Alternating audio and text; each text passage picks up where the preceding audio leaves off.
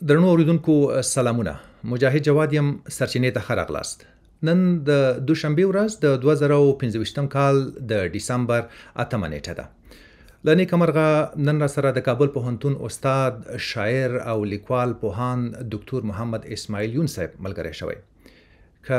د مغه ګوري یون صاحب مرکې ته ښه راغلاست، ستړي مشئ. مننه، کور ودان. یون صاحب، تاسو به هم په ټولنیزو رسنیو کې لیدلي په دې وروستیو کې یو شمېر خلک په ټولنیزو رسنیو باندې د من افغانیستم خبرې کوي او دغه ډول شعارونه ورکوي. دا خلک څوک دي؟ نو ملت چې دا پلار دی، وطن چې دا مور ده. نو یو څوک چې وایي چې زه نه ملت لرم نه مور لرم، نو هغه ته زموږ د عوامو په اصطلاح کې څه شی وایي؟ یو سړی چې یو شخص نه مور لري نه پلار لري، نو هغه ته به ته کومه اصطلاح وکاروې؟ نو هغه خبره دی چې زامن هم د عوامو په اصطلاح دا دی چې زامن هم نه دي. نو چې هویت معلوم نه ده، مملکت معلوم نه ده، وطن معلوم نه ده، نو هغوی ته سړی کومه اصطلاح وکاروي؟ نو داسې اصطلاح چې هغه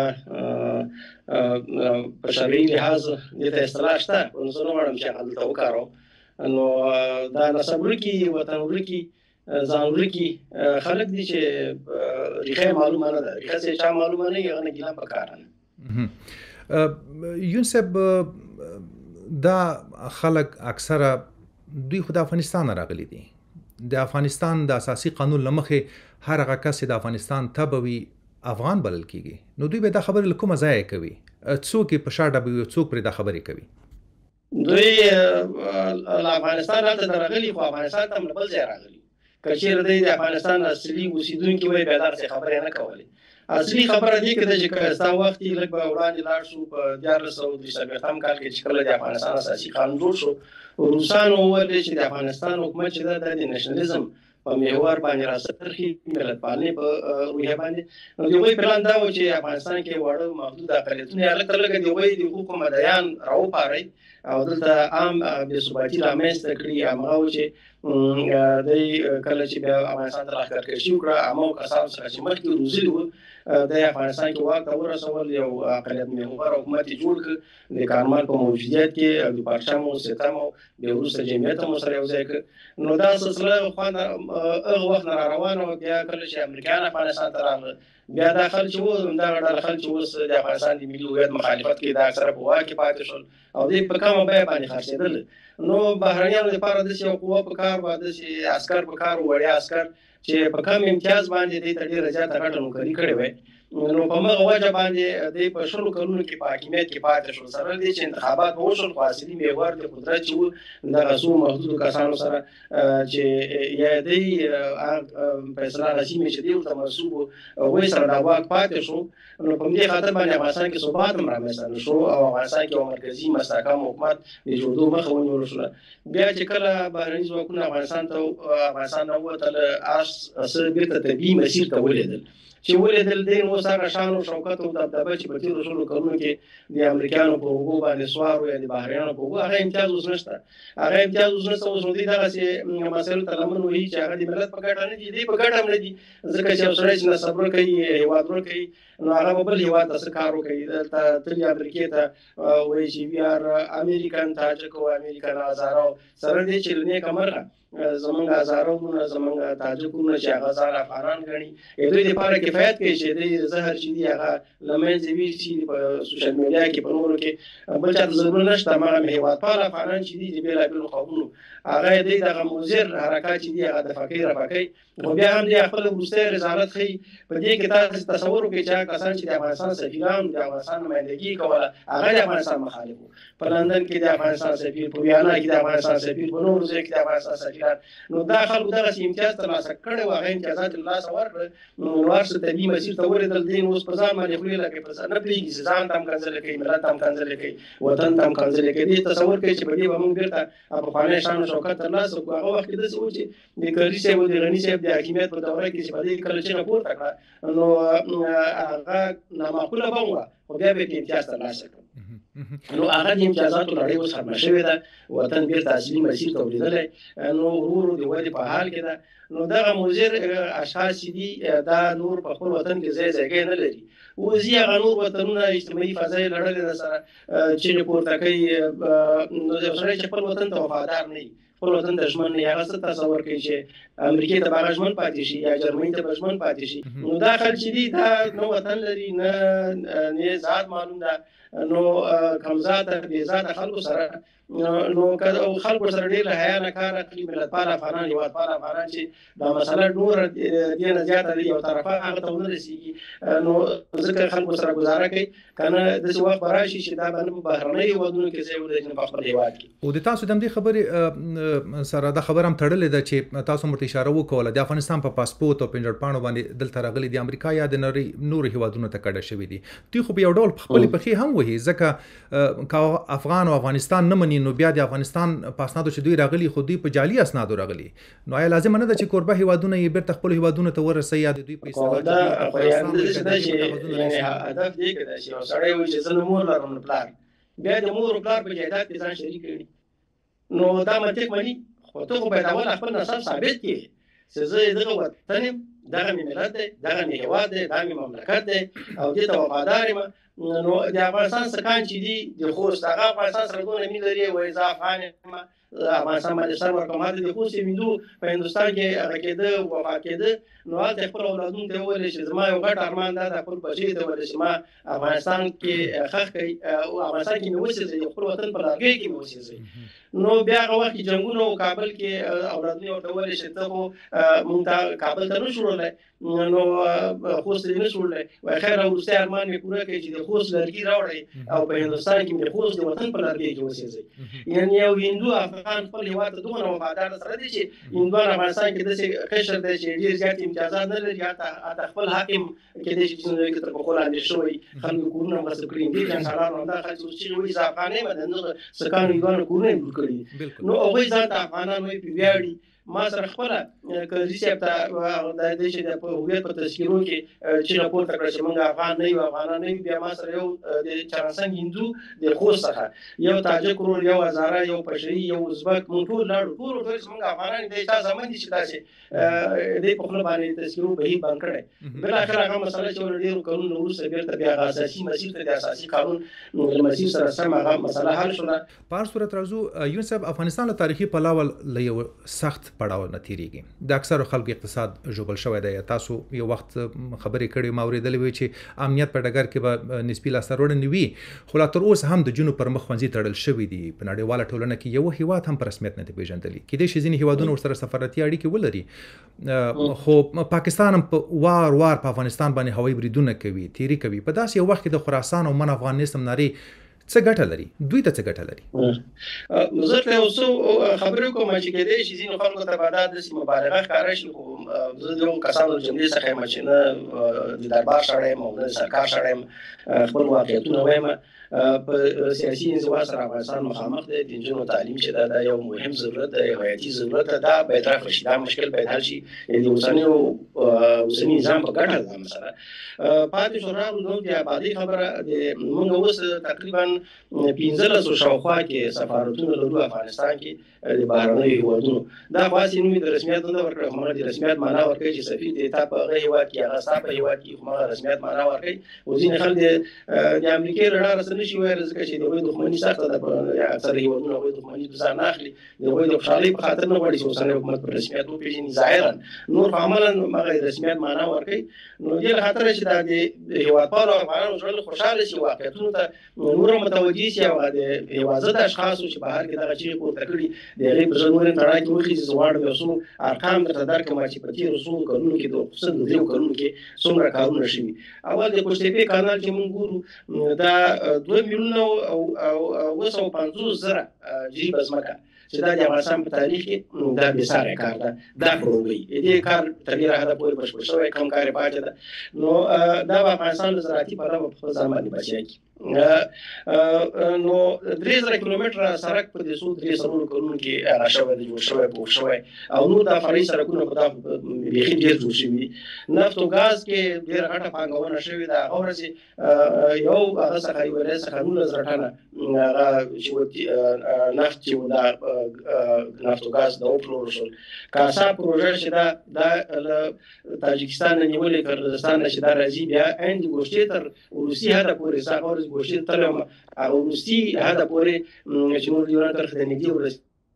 د دې پورې ستنې ورسېدلې دي مزي پکې پاتې دي د افغانستان کال کې $50 میلیون چې دا عایدات ترلاسه کړي دا به کېدای شي یو کال دوه کې دا بشپړ شي په قانون حکومت شروع کړي و حضور ورسېد د پوره کړه بیان پوره کېدو په حال کې ده ټاپي پروژه چې ګورې دې کې تقریبا 10 کیلومتره شاوخوا کې د عمل کار بشپړ شوی او دې څخه تقریبا کال کې $500 میلیون افغانستان ته عایدات راځي په اوس چې دا چا به خوښي کنه خوښي خو یوازې راټینګ کړي یوازې مستحکم کړي دا یو لاس خل پکې دي او ګډوډي پکې نشته نه په قومونو ویشل شوی نه په سمپلونو ویشل شوی نو البته د خپل خلک به کې زیات دي که شک نشته نو تقریبا پولیسو پاوز ودو شي مو محاسبه کوو د 3 لک شاوخوا ته نږدې کېږي دا تاسو کتل چې دا ګاونډي هېوادونه چې دي شمالي ګاونډي هېوادونه دا د سړیتوب له مخې دې سره مداره نه کوي دا ویریږي نه کنه کدا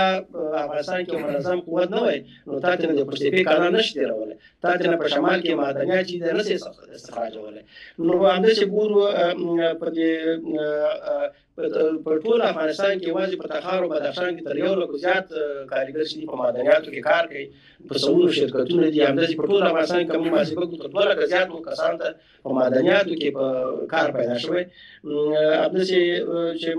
نور پروژې چې دي یوازې څنګه دا وړي پروژې چې موږ ماسي شپږ نه وی هغه واړه چې کلمونه دا جوړ شي غټ بندونه جوړ شي په اجدار باندې $113 میلیون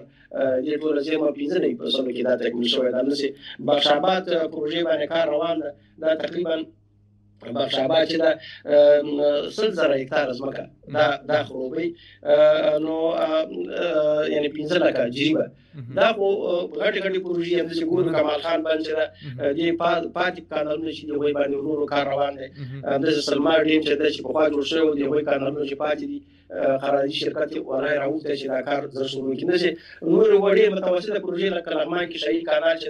دا په زرګونو هکتار ځمکه خړوبي د کونړ څخه یو قانوني حکومت سروې کړی دی وایي شامل کار کیږي لغمان ته د جړي بابا څخه یو نیر باسي یو بیان باسي دا به تقریبا 100,000 هکتار ځمکه دا به خړوبي یعنی یو بل لغمان هم کې جوړ شي دا خلک چې وایي دا لکه د مریض روسي سلګي چې دي چې په دغه وخت کې کړي څه ګډوډي جوړه کې افغانستان کې خپل بادارانو څخه سه امتیاز ترلاسه کیږي نو دا روسي سلګي دي دا دې تشویش په کار ځکه نه چې ملت سره واحد زموږ خپل نور قومونه چې دي زموږ قومونه چې دي او خپل ځواب یا دا څو مدما ډیر رسنۍ موږ نه هیله کړی چې مرکو ما ځکه مرکو کول خپل دې تکړه سازان دي زموږ نور قومونو کې په پښان یو ته ځواب ویلې نو دا خو د دې د حیا او تل خلک دي نو دې سره به یو شمېر خلک مجبور دي چې دې په راځه باندې خبرې وکړي نه په سلطوب نه په انسانيت نه په کرامت او دا شان دې ته پاسه په دې په خلک نشته نو ځکه چې خپل وطن ته کنځل کوي نو خپل مور ته کنځل کوي نو دا به تاسو وایي څه شي بالکل یو سم مننه چې د بیا رغونې په اړه مو هم خبرونه شریک کړل د هیواد په بیا رغونه باندې هر رښتینی افغان خوشاله کیږي بل شک هر څوک چې جوړي خدا دې هم پټه پاتې نه تاسو په جمهوریت کې کار کړي اکثره د غلوی پروژې د کمال خان بند خوشتیپی د سلما دا هغه پیل شوري په جمهوریت کې شوی و کڅام ځینې به بشپړ سوي نه وي موږ خو دې چې جواب ورو په سیاست کې یا په عمل کې موږ هغه ته ګورو نتیجې ته ګورو دا چې زمانیت کې ټول افغانستان باندې دې نه سم کوله دا په دې مفهوم نه ده چې ما نیت د څه خو دا پروژه خو د خان په وخت کې شروع شوی جمهوریت کې نه شروع شوی زما بیا خپل خبره تکرار کړم زما هدف دا نه چې په کوم نظام کې شروع زما هدف دی چې دا اوس تکمیل شولې ګټه ته اوس پاره شولې او دا اوس چې شروع کړي دا د دې مفهوم نه چې دا ټول اوس تکمیل شي دا به تکمیلېږي د افغانستان لپاره په ګټه د هر نظام شروع کړي خبره دی چې دا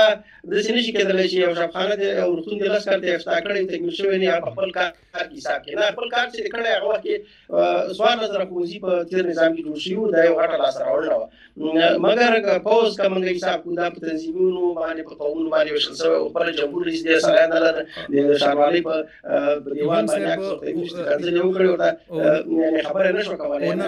هغه موضوع ته بیا راځو بخي بیا نور ډیر مرکې مو کو ځنګړي مرکې کنه چې صرف د موضوع ډیر لري نسو د تاسو د خبرو د خو د بیرغونې په هر خبر باندې هر رښتینی افغان خوشاله کیږي دي کې شک نشته اما ټول کریډټ طبعا طالب نشي ترلاسه کولای که بیا بل ډول وایو نو بیا خو په دې شلو کلو کې دوی چې کوم ویجاړای کړي یوازې په ننګرهار کې تاسو په یاد کابل بانک برید کرکټ سټیډیم باندې برید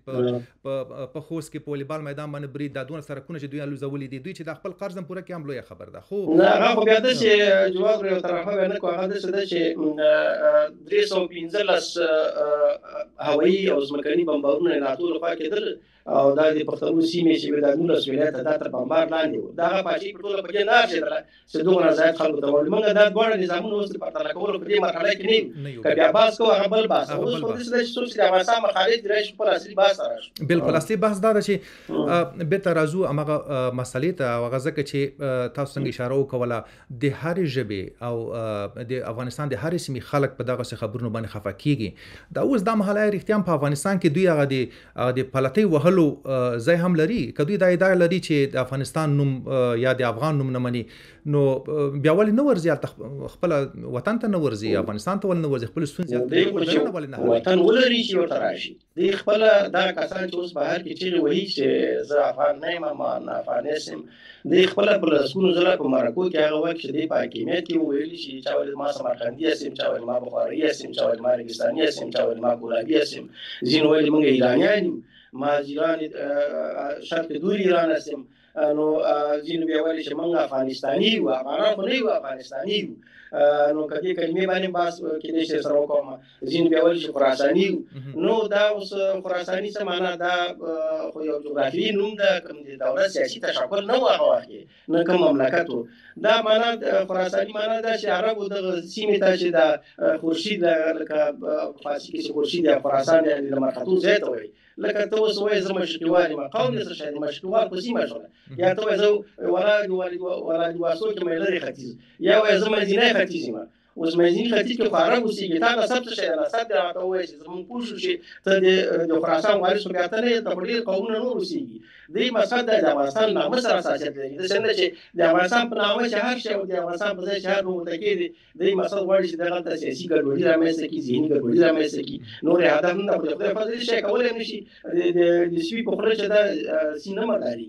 افغانستان په مستحکم هیواد اوس کومه چې لاړ شو هندستان کې تاسو کال تیر کو هندستان ته وایي راځي هندستان نو بدل تاسو د مسلمانانو اوسېږي نور قومونه اوسېږي هند کې 300 قوم اوسېږي 300 مذهب هم کې اوسېږي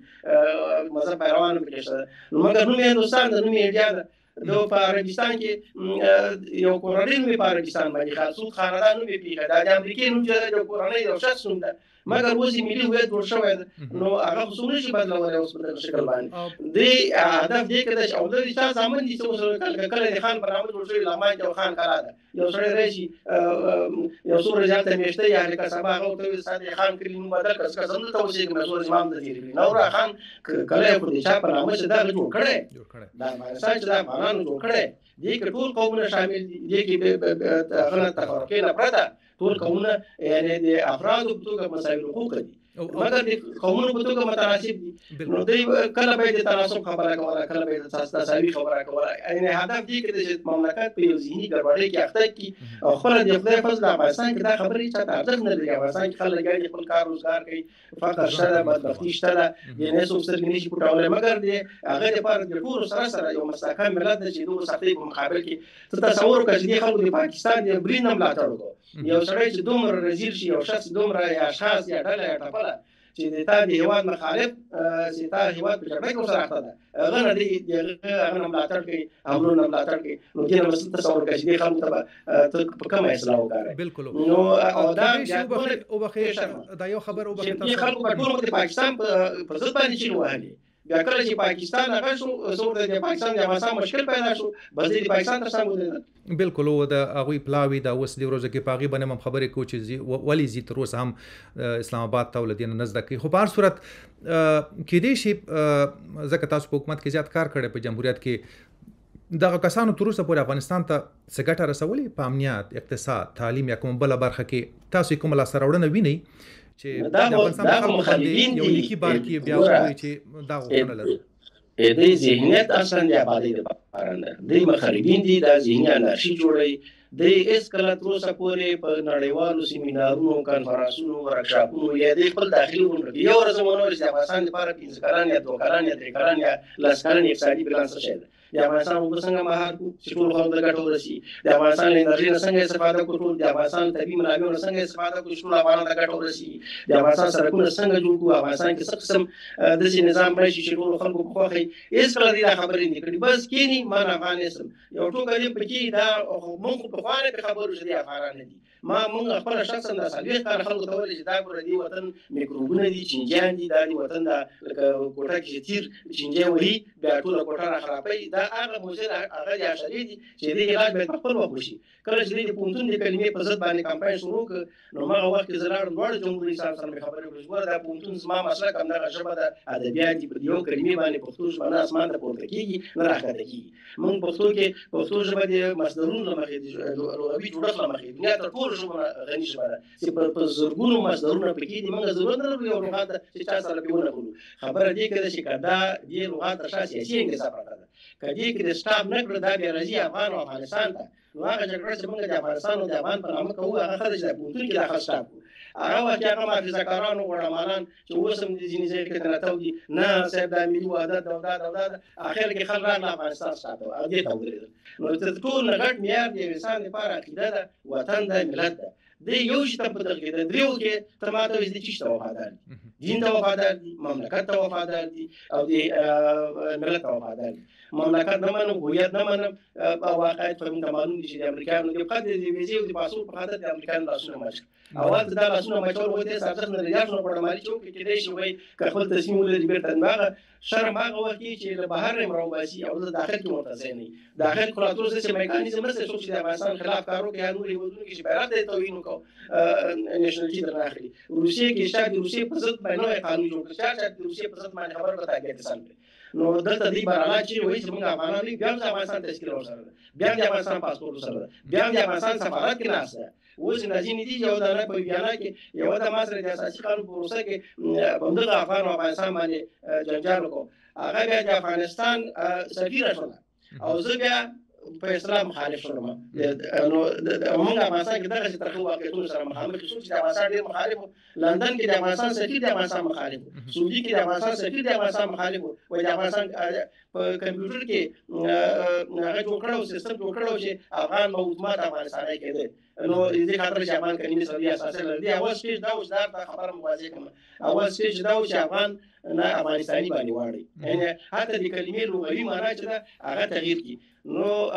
یوسف په ډیره بخښنه سره افغان په نه خو په افغانستان کې اوسېږم او په ډیره هم د کلمې هغه لغوي معنی چې هم معنی لا سوار کوله کته چې اوس لاړ شي ګل فروشي کوڅه کې وایي چې اوسې ته وایي چې بیا دا یو څنګه پاکستاني باندې ما بچي دا منطق مانی خو وایي چې اوسه نه ګلان تراکه ګلستان اسم مکان دی مکان نوم دی ګل اسم دی ستان روستاړه دی چې په پښتو فارسی دواړو کې شته بیا وستا څخه راغلی ده نو افغان نه یم افغانستان نه یم معنا هغه نه یم ګل نه یم ګلستان نه یم ته د اوسه چې ته ګلستاني یې نو نه